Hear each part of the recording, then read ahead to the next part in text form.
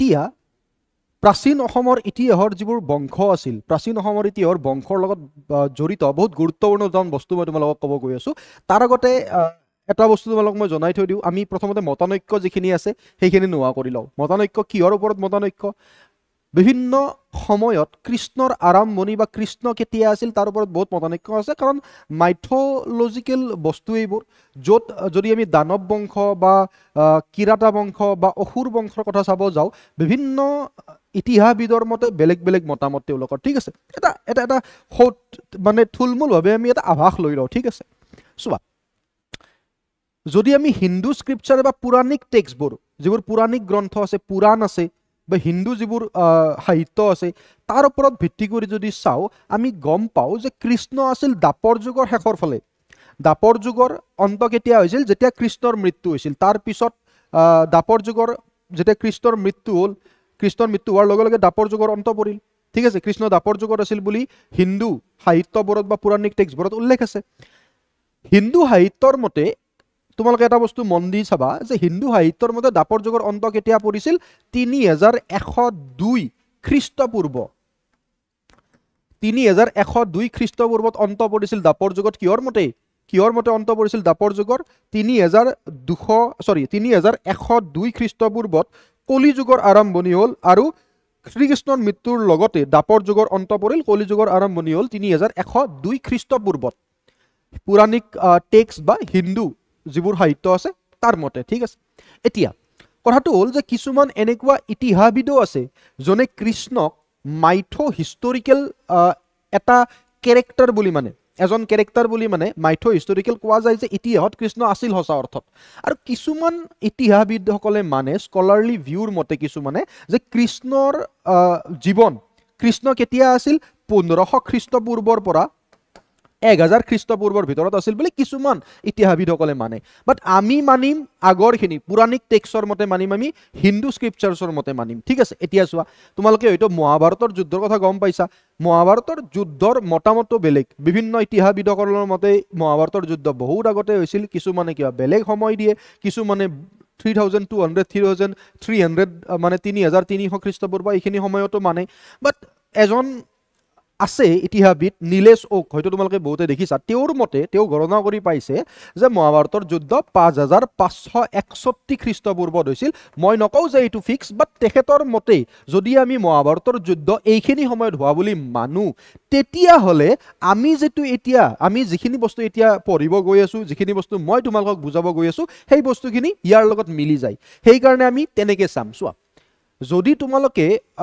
প্ৰাচীন অসমৰ ইতিহাস পঢ়া তাত মাইথলজিকেল ডাইনাষ্টি চোৱা তোমালোকে গম পাবা যে প্ৰাচীন অসমৰ সকলোতকৈ পুৰণা ৰজা আছিল মহিৰংগ দানৱ আৰু পুৰণা বংশটো আছিল দানৱ বংশৰ আৰম্ভণি কেতিয়া হৈছিল তোমালোকে যদি চোৱা 5694 খ্ৰীষ্টপূৰ্ব ঠিক আছে মন দি শুনিবা একদম ধুনীয়াকৈ বুজিবা মই বস্তুখিনি ক্লিয়াৰ কৰি দিম অসমৰ ইতিহাসত বিভিন্ন বেছিভাগ জেগাত তুমি দেখিবলৈ পাবা যে মহিৰংগ দানৱ বংশৰ আৰম্ভণি কৰিছিল 5694 খ্ৰীষ্টপূৰ্ব যদিহে এই সময়টো মানুহ তেতিয়াহ'লে আমাৰ লগত মিলি যাব মহাভাৰতৰ নীলেশ ওক ছাৰৰ যিটো সময় আছে মহাভাৰতৰ 5561 খ্ৰীষ্টপূৰ্ব ঠিক আছে কেনেকৈ চোৱা আৰম্ভণিতে মহিৰংগ দানৱ সকলোতকৈ পুৰণা ৰজা আছিল দানৱ বংশৰ ৰজা আছিল মহিৰংগ দানৱৰ কথা আমি বেছি বুজিবলৈ চোৱা বেছি আমি মহিৰংগ দানৱ বা তেওঁৰ উত্তৰাধিকাৰীবোৰৰ কথা আমি বেছি দেখিবলৈ নাপাওঁ বিভিন্ন বুকত মেনশ্যন আমি নাপাওঁ বৰ্ণনা নাপাওঁ বিৱৰণ নাপাওঁ কিন্তু আমি গম পাওঁ যে যোগিনী তন্ত্ৰ আৰু কালিকা পুৰাণৰ পৰা কালিকা পুৰাণ 11 শতিকা খ্ৰীষ্টাব্দ যোগিনী তন্ত্ৰ 16 শতিকা খ্ৰীষ্টাব্দ তাত আমি উল্লেখ পাওঁ যে মহিৰংগ দানৱ বংশৰ প্ৰথম ৰজা মহিৰংগ দানৱৰ পিছত তেওঁৰ পুতেক হতকাসুৰ ৰজা হৈছিল কোন ৰজা হৈছিল মহিৰংগ দানৱৰ পিছত ৰজা হৈছিল হতকাসুৰ তেওঁৰ পুত্ৰ আছিল মহিৰংগ দানৱ বংশৰ মহিৰংগ দানৱৰ পুত্ৰ আছিল হতকাসুৰৰ পিছত ৰজা হৈছিল সম্বৰাসুৰ তাৰ পিছত ৰজা হৈছিল সম্বৰাসুৰৰ পিছত ৰজা হৈছিল ৰত্নাসুৰ ঠিক আছে আৰু এই যি দানৱ বংশ আছিল শেষৰ যিকেইজন ৰজা আছিল হতকাসুৰ হৈ যাওক সম্বৰাসুৰ হৈ যাওক ৰত্নাসুৰ হৈ যাওক ইয়াৰ পিছত ৰাজ কৰিছিল কিৰাত বংশ। ইয়াৰ পিছত ৰাজ কৰিছিল, মন দিবা, ইয়াৰ পিছত কোনে ৰাজ কৰিছিল? ইয়াৰ পিছত ৰাজ কৰিছিল মানে দানৱ বংশ। একদম মন দি শুনিবা, দানৱ বংশ যদি চোৱা তুমি, দানৱ বংশৰ মই বহুত ধুনীয়াকৈ বুজাব চেষ্টা কৰিম, মই আশা কৰোঁ তোমালোকে বুজি পাবা। আমি কোনটো সময়ক লৈ ধৰি আছোঁ? আমি সময় ধৰিছোঁ কাৰণ বিভিন্ন ইতিহাসবিদসকলৰ মতে বেলেগ বেলেগ সময়, হয়নে নহয়? মাইথলজিকেল ডাইনেষ্টি উল্লেখ বেছিভাগ বুকত বেলেগ বেলেগ বুকত বেলেগকৈ লিখা থাকে কাৰণ ইয়াৰ এভিডেঞ্চ আমি পোৱা নাই কত। এতিয়া চোৱা, দানৱ বংশৰ আমি ধৰিম সময়সীমাটো 5694 খ্ৰীষ্টপূৰ্ব, ইয়াৰ আৰম্ভণি আমি এইটো সময় ধৰিছোঁ আৰু ইয়াৰ লগত আমি তুলনামূলকভাৱে বিশ্লেষণ কৰি আগবাঢ়িম। দানৱ বংশৰ পিছত ময়ূৰংগ দানৱৰ পিছত হতকাসুৰ পুতেক, তাৰ পিছত সম্বৰাসুৰ, তাৰ পিছত ৰত্নাসুৰ। দানৱ বংশৰ পিছত ৰজা হৈছিল, দানৱ বংশৰ পিছত ৰজা হৈছিল কিৰাত বংশ। কিৰাত বংশ। এতিয়া শুনা, মই এটা বস্তু কওঁ যে তোমালোকৰ বহুতেই, তোমালোকৰ মেক্সিমাম ষ্টুডেণ্টছে হয়তো যেতিয়া পঢ়িবা তেতিয়া তোমালোকে এটা বস্তু পঢ়িবলৈ পাবা যে দানৱ বংশৰ পিছত ডিৰেক্টলি তোমালোকে নৰকাসুৰ বা অসুৰ বংশৰ কথা পঢ়িবলৈ পাবা। কি পঢ়িবলৈ পাবা? দানৱ বংশৰ পিছত তোমালোকে ডিৰেক্টলি পঢ়িবলৈ পাবা দানৱ বংশৰ পিছত অসুৰ বংশ বা নৰকাসুৰৰ কথা পঢ়িবলৈ পাবা। বাট এটা বস্তু মন দিয়া যে দানৱ বংশৰ পিছত ৰজা হৈছিল কিৰাত বংশ, আৰু ইয়াৰ সকলোতকৈ গুৰুত্বপূৰ্ণ যিজন ৰজা আছিল, তেওঁ হৈছিল ঘটক কিৰাত। কিৰাত বংশৰ গুৰুত্বপূৰ্ণ ৰজাজন কোন আছিল? ঘটক কিৰাত। ঘটক কিৰাত ৰজা আছিল সকলোতকৈ গুৰুত্বপূৰ্ণ। এতিয়া কথাটো হ'ল কি যে ঘটক কিৰাতৰ পিছত যিমানবোৰ ৰজা হৈছিল বা উত্তৰাধিকাৰী আহিছিল, তেওঁলোকে কিছু সময়তো তেওঁলোকে প্ৰবল প্ৰতাপেৰে ৰাজত্ব কৰিছিল। কিছু সময় ঘটক কিৰাতৰ পিছত যিবোৰ ৰজা হৈছিল উত্তৰাধিকাৰী, তেওঁলোকে কিৰাত বংশত প্ৰাগজ্যোতিষপুৰ বা কামৰূপত বহুত প্ৰবল প্ৰতাপেৰে ৰাজত্ব কৰিছিল। কিন্তু পিছৰ ফালে যদি চোৱা, পিছৰ ফালে কিৰাত বংশত কিছুমান প্ৰব্লেম আহি গ'ল। কেনেকুৱা ধৰণৰ প্ৰব্লেম আহি গ'ল যে কিৰাত বংশৰ ৰজাবোৰ তেওঁলোক কি হ'ল? তেওঁলোক অত্যাচাৰী হোৱা আৰম্ভ কৰিলে। পিছৰ ফালে কিৰাত বংশৰ যিবোৰ ৰজা আছে তেওঁলোক মাংসলোভী লিখা আছে, এইবোৰ মই কোৱা নাই। তো কথাটো হ'ল কি, কিৰাত বংশৰ পিছৰ ফালে ৰজাবোৰ মাংসলোভী, মদাহী, তাৰপিছত যদি তুমি অত্যাচাৰী হ'বলৈ আৰম্ভ কৰিলে, ঠিক আছে, অত্যাচাৰী হ'বলৈ আৰম্ভ কৰিলে পিছৰ ফালে। তো এই যেতিয়া কিৰাত বংশৰ শেষৰ ফালে যিবোৰ ৰজা আছিল তেওঁলোক যেতিয়া মাংসলোভী, মদাহী, অত্যাচাৰী হ'বলৈ আৰম্ভ কৰিলে, কামৰূপৰ প্ৰজাবোৰে প্ৰাৰ্থনা কৰিলে যে আমাক এনেকুৱা এজন ৰজা লাগে, বৈষ্ণৱ ৰজা এজন লাগে, যোনে এই যিবোৰ মানে অত্যাচাৰ আছিল, যিবোৰ প্ৰজাৰ ওপৰত অত্যাচাৰ চলিছিল, তেনেকুৱা অত্যাচাৰবোৰ নোহোৱা হ'ব লাগে। তো আমাক এনেকুৱা ধৰণৰ এজন বৈষ্ণৱ ৰজাৰ কামনা কৰা আৰম্ভ কৰিলে, বা বৈষ্ণৱ ৰজা লাগে বুলি তেওঁলোকে কামনা কৰিলে। কামৰূপৰ প্ৰজাবোৰে কিৰাত বংশৰ শেষৰ ৰজাবোৰৰ এই যিবোৰ বদ অভ্যাস আছিল, অত্যাচাৰী আছিল, ইয়াৰ পৰা পৰিত্ৰাণ পাবৰ কাৰণে তেওঁলোকে কামনা কি কৰিলে যে আমাক এনেকুৱা ধৰণৰ এজন ৰজা লাগে, বৈষ্ণৱ ৰজা এজন লাগে, যোন অত্যাচাৰী নহয়, যোনে প্ৰজাৰ কথা ভালদৰে বুজি পায়, প্ৰজাক ভালদৰে চোৱা চিতা কৰে। বুজি পাইছা? ফলশ্ৰুতিত এনেকুৱাকে কোৱা যায় যে উত্তৰ বিহাৰৰ পৰা, ফলশ্ৰুতিত কোৱা যায় যে উত্তৰ বিহাৰৰ পৰা, শুনি আছে নে নাই? অনলাইন ষ্টুডেণ্টখিনি আছে নে নাই? আছা? অ'কে।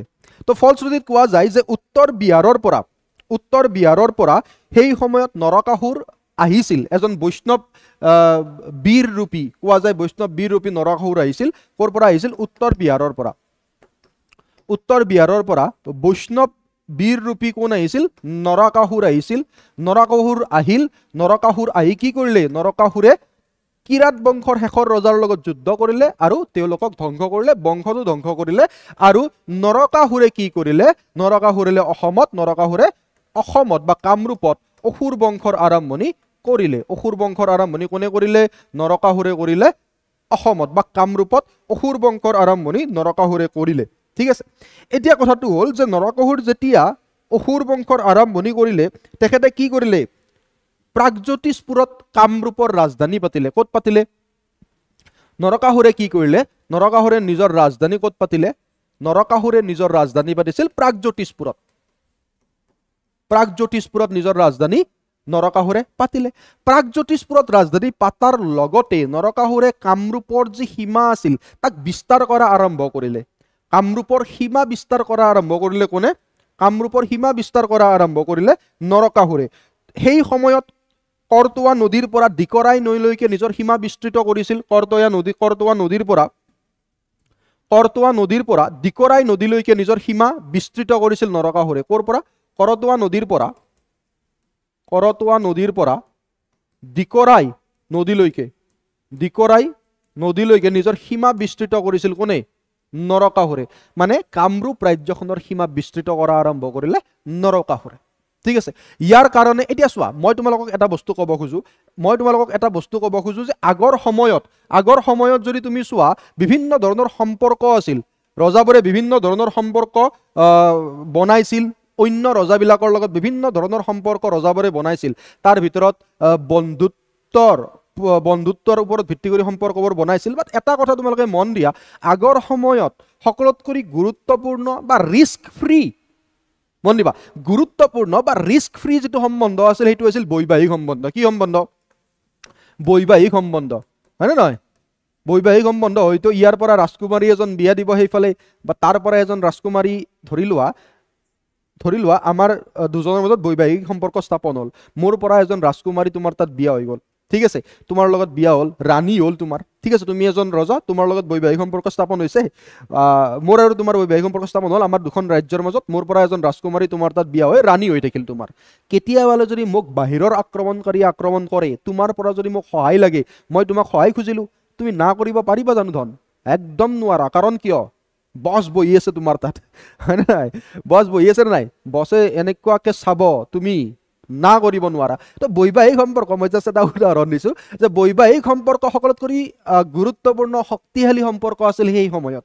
তো বৈবাহিক সম্পৰ্ক নৰকাসুৰেও প্ৰতিষ্ঠা কৰিছিল, বা নৰকাসুৰেও বৈবাহিক সম্পৰ্ক বা সম্বন্ধ বনাইছিল। কাৰ লগত বনাইছিল? সেই সময়ৰ বৈবাহিক সম্বন্ধ, ঠিক আছে, সেই সময়ৰ বিদৰ্ভৰ যে ৰজা আছিল, সেই সময়ৰ বিদৰ্ভৰ যিজন ৰজা আছিল, সেই সময়ৰ বিদৰ্ভ বা কুন্দিন নগৰ বুলিও কোৱা যায়, কুন্দিনা বুলিও কোৱা যায়। চ' কুন্দিন বা বিদৰ্ভৰ যিজন ৰজা আছিল, সেই ৰজাৰ লগত বৈবাহিক সম্পৰ্ক স্থাপন কৰিছিল কেনেকে? বিদৰ্ভ বা কুন্দিনৰ যিগৰাকী জীয়েক আছিল, মানে ৰাজকুমাৰী আছিল, নাম আছিল মায়া।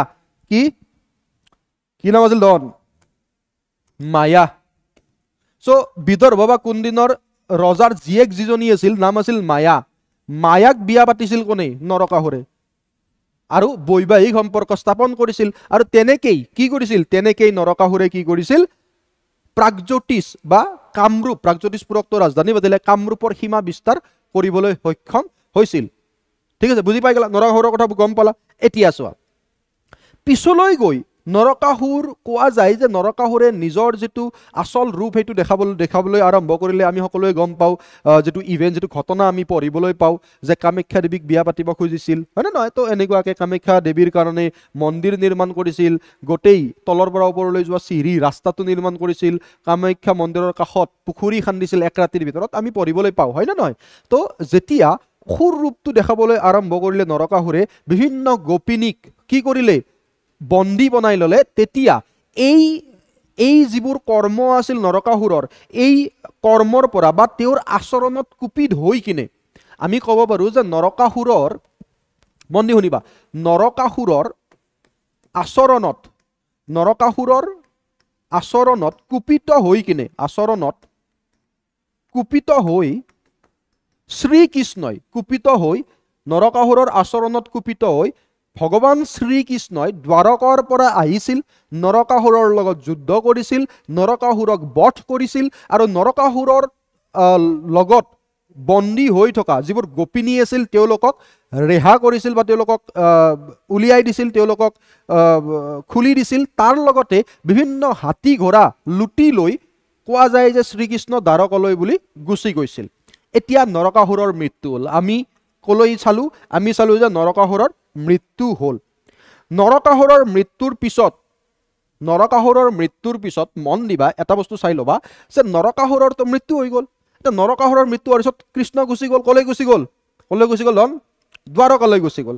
নৰকাসুৰৰ মৃত্যুৰ পিছত নৰকাসুৰৰ দুজন পুতেক আছিল। এজন আছিল ভগদত্ত, ভগদত্ত নৰকাসুৰৰ পুতেক আছিল এজন ভগদত্ত এজন আছিল বজ্ৰদত্ত এজন আছিল বজ্ৰদত্ত এজন আছিল ভগদত্ত ভগদত্ত আছিল ডাঙৰ পুতেক ভগদত্তই আছিল ন যোনে নিজৰ জীয়েকৰ কাৰণে দীঘলী পুখুৰী খান্দিছিল তোমালোকে যেন নাও চলাই থাকা এতিয়া গৈ কিনে সেইটো তো ভগদত্ত আৰু বজ্ৰদত্ত দুজন পুতেক আছিল কাৰ নৰকাসুৰৰ ভগদত্ত ডাঙৰ আছিল তো শ্ৰীকৃষ্ণই কি কৰিলে ভগদত্তক ৰাজসিংহাসনত বহুৱাই মানে নৰকাসুৰৰ মৃত্যুৰ পিছত ভগদত্তক ৰাজসিংহাসনত বহুৱাই কামৰূপৰ ৰজা পাতি থৈ শ্ৰীকৃষ্ণ গুচি গ'ল কামৰূপৰ ৰজা পাতি থৈ শ্ৰীকৃষ্ণ গুচি গ'ল এতিয়া কথাটো হ'ল যে বুজি পাইছা ন ওকে এতিয়া কথাটো হ'ল যে ভগদত্তৰ কথা আমি পঢ়িবলৈ পাব আমি জানো যে ভগদত্ত কোন আছিল নৰকাসুৰৰ পুতেক যিয়ে মহাভাৰতৰ যুদ্ধত বা কুৰুক্ষেত্ৰ যুদ্ধত কৌৰৱৰ সাথ দিছিল বা কৌৰৱৰ পাণ্ডৱৰ বিৰুদ্ধে যুদ্ধ কৰিছিল কিয় কাৰণ ভগদত্তৰ যিজনী জীয়েক আছিল ভানুমতী তাতো এটা ষ্টৰী আছে ইণ্টাৰেষ্টিং বাট ষ্টৰী বুলি ক'লে সেইটো হিষ্টৰিকেল তথ্য তাত নাই সেইটো হৈছে লোকপ্ৰবাদ এ legend which may or may not be true সেইটো মই তোমালোকক কম কেনেকুৱাকৈ পাছা খেলাত দুৰ্যোধন হাৰিছিল কাৰ লগত ভানুমতীৰ লগত ঠিক আছে ভানুমতীৰ এটা ময়ূৰ আছিল বোলে কেনেকুৱা ধৰণৰ ময়ূৰ কথা ক'ব পৰা ময়ূৰ সেইটো লোকপ্ৰবাদ লিজেণ্ড সেইটো মই কেতিয়াবা তোমালোকক কম এতিয়া চোৱা ভগদত্ত জীয়েক আছিল ভানুমতী বিয়া হৈছিল দুৰ্যোধনৰ লগত ঠিক আছে আৰু সেই কাৰণে নিজৰ জুৱায়েকৰ ফালৰ পৰা যুদ্ধ কৰিছিল মানে কৌৰৱৰ ফালৰ পৰা ভগদত্তই মহাভাৰতৰ যুদ্ধত অংশগ্ৰহণ কৰিছিল এতিয়া তোমালোকে বুজি পালা নাই মই কিয় কৈ আছিলো যে যদি আমি নীলেশ ওক ছাৰৰ এই সময়টো মিলাও আমি তেতিয়াহ'লে আমাৰ লগত মিলি যাব কাৰণ 5694 এইফালে হৈছিল কোন মহিৰংগ দানৱ তাৰ পিছত হতকাসুৰ আহিল সম্বৰাসুৰ ৰত্নাসুৰ তাৰ পিছত আহিল ঘটক কিৰাত তাৰ পিছত বিভিন্ন ৰজা আহিল তাৰ পিছত নৰকাসুৰ আহিল তাৰ পিছত ভগদত্ত আহিল আৰু ভগদত্তৰ সময়তেই মহাভাৰতৰ যুদ্ধ হৈছিল মিলিছে নে নাই অলমোষ্ট 100 বছৰ 133 ইয়াৰৰ পিছত কি হৈছিল মহাভাৰতৰ যুদ্ধ হৈছিল যদি আমি নীলেশ ওক ছাৰৰ মতে যদি আমি মহাভাৰতৰ সময়টো চাওঁ বুজি পালা মই সেইকাৰণে কৈছিলোঁ যে এইটো যদি আমি ধৰোঁ তেতিয়াহ'লে আমাৰ সময়টো মিলি যাব এতিয়া চোৱা ভগদত্ত চোৱা হা মন দিবা ভগদত্ত মহাভাৰতৰ যুদ্ধত অংশ লৈছিল মহাভাৰতৰ যিটো কলিংগা আৰ্মি আছিল হাতীৰ পিঠিত যুদ্ধ কৰিছিল ভগদত্তই কলিংগা আৰ্মিক লিড কৰিবৰ কাৰণে ভগদত্তক দিছিল মহাভাৰতৰ যুদ্ধত আৰু কোৱা যায় যে পাণ্ডৱৰ তৃতীয় পাণ্ডৱ অৰ্জুনৰ হাতত ভগদত্তৰ মৃত্যু হৈছিল কাৰ হাতত অৰ্জুনৰ হাতত ভগদত্তৰ মৃত্যু হৈছিল অৰ্জুনৰ হাতত মহাভাৰতৰ যুদ্ধত পাণ্ডৱৰ তৃতীয় পাণ্ডৱ অৰ্জুনৰ হাতত মহাভাৰতৰ যুদ্ধত ভগদত্তৰ মৃত্যু হৈছিল বুজি পাইছা কাৰ মৃত্যু হৈছিল ভগদত্তৰ মৃত্যু হৈছিল তেওঁৰ বিষয়ে মহাভাৰতৰ পৰ্ববোৰত উল্লেখ আছে ঠিক আছে পৰ্ববোৰত উল্লেখ আছে যেনেকুৱাকৈ তোমালোকে যদি চোৱা ভগদত্তৰ বিষয়ে মহাভাৰতত উল্লেখ আছে সকলোতকৈ বেছিকৈ উল্লেখ আছে দ্ৰোণ পৰ্বত ক'ত আছে দ্ৰোণা পৰ্বত উল্লেখ আছে সকলোতকৈ বেছিকৈ কাৰ বিষয়ে দ্ৰোণা পৰ্বত উল্লেখ আছে সকলোতকৈ বেছিকৈ কাৰ বিষয়ে দ্ৰোণা পৰ্বত উল্লেখ আছে ভগদত্তৰ বিষয়ে দ্ৰোণা পৰ্ব বা দ্ৰোণ পৰ্ব তো দ্ৰোণ পৰ্বত উল্লেখ আছে বা দ্ৰোণা পৰ্বত উল্লেখ আছে কিহৰ বিষয়ে ভগদত্তৰ বিষয়ে ইয়াৰ বাহিৰেও এটা সভা পৰ্ব বুলি আছে তাতো কিছু কথা উল্লেখ আছে সভা পৰ্ব মহাভাৰতৰ সভা পৰ্বতো ভগদত্তৰ বিষয়ে উল্লেখ আছে ঠিক আছে আৰু যি কি নহওক কিয় ভগদত্ত হাৰিল ভগদত্তৰ মৃত্যু হ'ল কাৰ হাতত অৰ্জুনৰ হাতত ভগদত্তৰ মৃত্যু হ'ল কাৰ হাতত মৃত্যু হ'ল ইয়েছ অৰ্জুনৰ হাতত ভগদত্তৰ মৃত্যু হ'ল তাৰ পিছত যদি চোৱা ভগদত্তৰ ভায়েক আছিল বজ্ৰদত্ত তো ভগদত্তৰ মৃত্যুৰ পিছত কাৰ মৃত্যুৰ পিছত ভগদত্তৰ মৃত্যুৰ পিছত ৰজা হৈছিল বজ্ৰদত্ত কোন ৰজা হৈছিল বজ্ৰদত্ত ভগদত্তৰ মৃত্যুৰ পিছত ৰজা হৈছিল আৰু বজ্ৰদত্তৰ পিছত ৰজা হৈছিল বজ্ৰপাণি কোন বজ্ৰপাণি ৰজা হৈছিল বজ্ৰদত্তৰ মৃত্যুৰ পিছত মানে ভগদত্তৰ ভাইক বজ্ৰদত্ত ৰজা হৈছিল বজ্ৰদত্তৰ পিছত বজ্ৰপাণি ৰজা হৈছিল এইটো হচিকাৰ হ'ব ইয়াত ঠিক আছে হ'ব লাগে মানে ইয়েছ হচিকাৰে হ'ব ইয়েছ এইটো হ'ব বজ্ৰপাণি